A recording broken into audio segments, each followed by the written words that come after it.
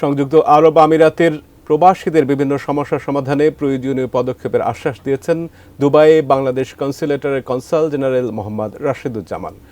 সংযুক্ত আরব আমিরাত প্রতিনিধি সিরাজুল হকের পাঠানো তথ্য ছবিতে ডেস্ক রিপোর্ট।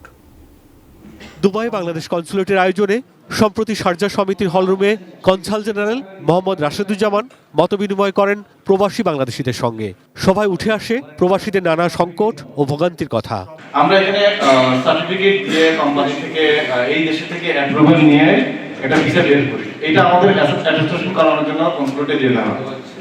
কিন্তু যাওয়ার পরে ওখানে বিভিন্ন ধরনের ডকুমেন্ট আমাদের কাছে চাওয়া হয়।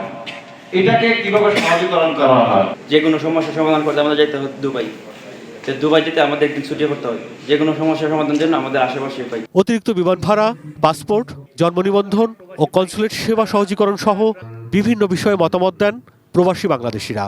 এ সময় তাদের দাবি ও অভিযোগের জবাবে সমস্যা সমাধানের আশ্বাস দেন consul general Mohammad Rasheduzzaman. Antibacterial additive যুক্ত সেরা ওয়াটার ট্যাঙ্ক বিশুদ্ধ পানিতে ব্যাকটেরিয়া জন্মাতে দেয় না।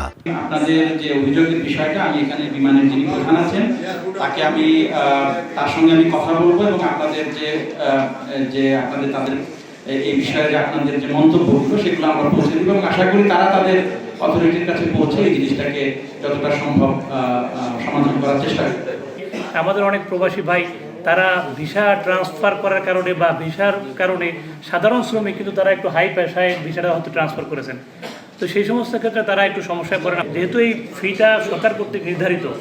তো কনসাল জেনারেল মহোদয় এটা বিষয়টা নিয়ে আমাদের সরকারের ঊর্ধ্বতন কর্তৃপক্ষ যারা আছে বা যারা নির্ধারণ করেন তাদের সাথে আপনাদের আবেদন নিয়ে আলাপ আলোচনা করবে। অনুষ্ঠানে সভাপতিত্ব করেন শারজাহ সমিতির সাধারণ সম্পাদক করিমুল হক, লেবার কাউন্সিলর আব্দুল সালামের সঞ্চালনায় উপস্থিত ছিলেন কনসুলেটের প্রথম সচিব শাহনাজ পারভিন, প্রথম সচিব পাসপোর্ট নাজমুল হক, প্রেস সচিব আরিফুল হক সহ কমিউনিটির নেতারা। প্রশ্নটা একটু ঘুরিয়ে করি, তাহলে ট্যাক্সেশন কিভাবে profit. Sudip Ghosh, desk report, 18 news.